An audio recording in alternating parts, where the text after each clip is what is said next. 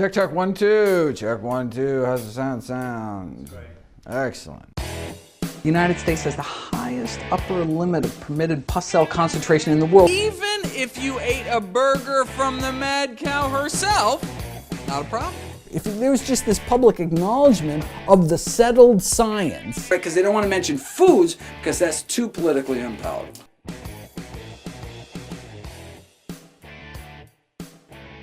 Now, if you've seen any of my presentations in the past, you know that I have addressed some of the most pressing dietary issues of our time. Like, what's the healthiest variety of apple, for example, or the most nutritious nut, or the best bean, or the best berry, or the best bowel movement? Who's number 1 and number 2? Well, it certainly wasn't the New Yorkers here. Actually, the most constipated population ever described in the medical literature, outputting a measly 3 ounces a day on average. Maybe if you'd all just eat a big apple once in a while. Oh, of course, a calorie is not a calorie. I mean, in terms of weight loss, Right. First of all, I mean, that is kind of the standard recommendation, right? You go on a calorie-cutting diet. You know, portion control, you know, you eat the same crap, but just less crap, and then you lose weight. But, I mean, so in the short term, that works, right? In the short term, there's all sorts of ways you can get people to lose weight. Tuberculosis, a cocaine habit, AIDS, chemotherapy, lots of ways to lose weight. Asking patients with diabetes to make moderate changes in diet can leave them with moderate blindness, moderate kidney failure, moderate amputation, maybe just a few toes or something. Moderation in all things is not necessarily a good thing.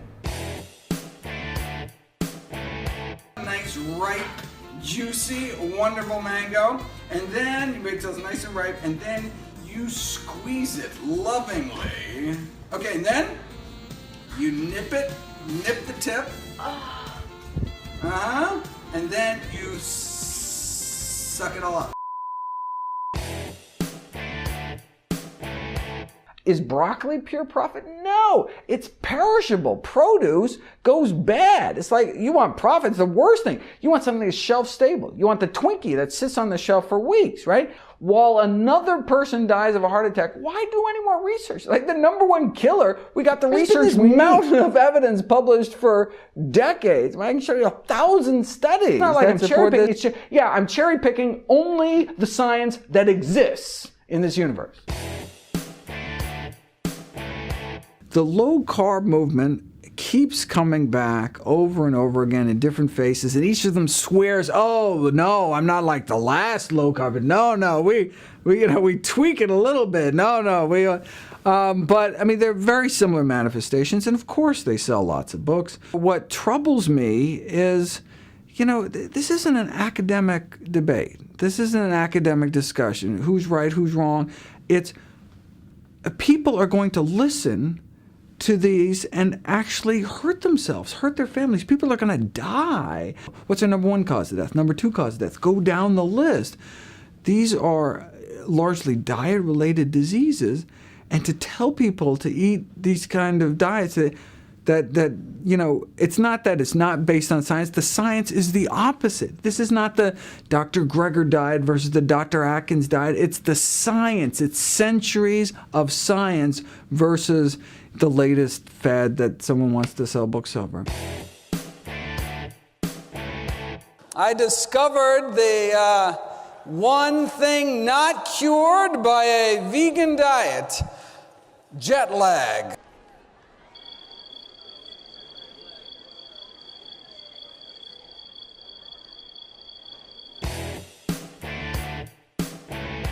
Why are you telling me this and my doctor isn't? It was helpful for me to go back and kind of look at the situation in the 1950s with smoking. You know, the average per capita cigarette consumption back in the 1950s, 4,000 cigarettes per person, right? So that's the average American was smoking a half pack a day. Most physicians smoked, right? It was normal.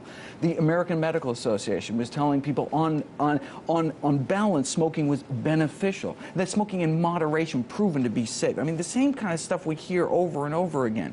The media was telling people to smoke. The government was telling people. Mainstream medicine was telling people to smoke.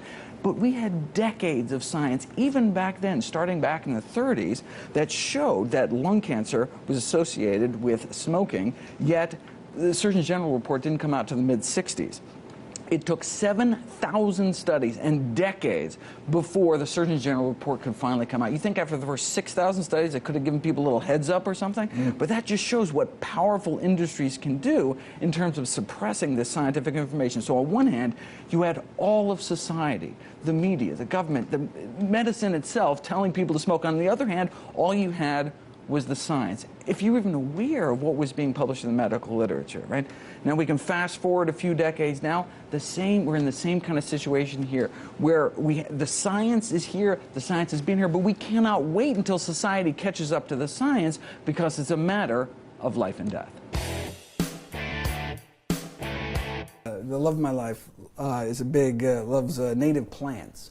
And so she makes all these plants that makes the birds and bees happy, and I just want to eat everything. I'm like, can I eat it? You know, right? Grow some more kale. I don't want to see the butterfly bush. So I read about elderberry is like a flu remedy, and you hear about elderberry jam, and you know the anthocyanins, these deep purplish black compounds are some of the healthiest things in black raspberries and blueberries. And so I was like, wow, I'm gonna have this. Talk about local. It's like right in my yard, right? So I made myself a smoothie, right? I made this like massive, with just like handfuls of berries. Okay. Turned out elderberries are poisonous. I did not know that. See, raw elderberries are poisonous. You have to cook them. So then I'm back to work, you know, and I don't know, must have been maybe, I don't know, 40 minutes later or something. All of a sudden, I start drooling. Like literally like dripping onto the keyboard, drooling. Then all of a sudden the pain started, and I started projectile. It was a very bad scene, and thankfully my body violently rejected every last bit. That was a bad day. Our fourth presenter is Michael GREGER, nutritionfacts.org. In the Permanente Journal last year, the official peer-reviewed publication of our nation's largest managed care organization, they published a nutrition update for physicians in which they concluded healthy eating may be best achieved with a plant-based diet, which they defined as a diet that encourages whole plant foods, discourages meat, dairy, eggs, and empty-calorie junk. They conclude physicians should consider recommending a plant-based diet to all their patients, especially those with high blood pressure, diabetes, cardiovascular disease, and obesity, which describes a large bulk, of course, of our population. This sentiment was echoed by the American Institute for Cancer Research last year when they explicitly endorsed a diet revolving around whole plant foods, vegetables, whole grains, fruits, and beans. I've personally been eating a plant-rich diet since 1990 when Dr. Dean Ornish published his lifestyle heart trial in the Lancet angiographically proving that we can reverse heart disease with the help of a plant-based diet, opening of arteries without drugs, without surgery, and if that's all a plant-based diet could do, reverse our #1 killer of men and women. I'm thinking, well, shouldn't that be the default diet until otherwise proven? And the fact that it can also help prevent, treat, and arrest other top killers like type 2 diabetes and hypertension would seem to make the case overwhelming. Now, to the last guideline committee's credit, the 2010 guidelines were a leap in the right direction, recognizing food as a package deal. Yes, there's calcium in dairy, protein in pork, iron in beef, but because of the baggage that comes along with those foods, saturated fat, cholesterol, plant sources may be preferable. And then the baggage we get is fiber and folate and phytonutrients, etc. I would like to see the committee be more explicit, though. Right? When eat more recommendations are given, the messaging is clear. Increase intake of fruits and vegetables. Right? But when there's a conflict between the USDA's role to protect America's health, but at the same time promote agricultural products, we hear more kind of cryptic biochemical components like reduce intake of solid fats, major sources of saturated and trans fatty acids. Right? How about eat less cheese? Or a guideline like drink less soda, or eat less meat, particularly processed meat. The American Institute for Cancer Research, doesn't pull punches, just says processed meat like bacon, sausage, and cold cuts should be avoided period. Right? They're not trying to sell food, they're just trying to prevent cancer. I'm not here today on behalf of the broccoli lobby. I am not here on behalf of any financial interests.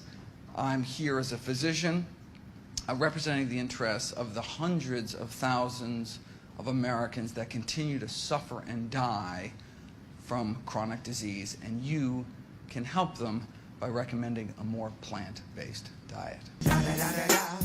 It's the one and only Digo Double G.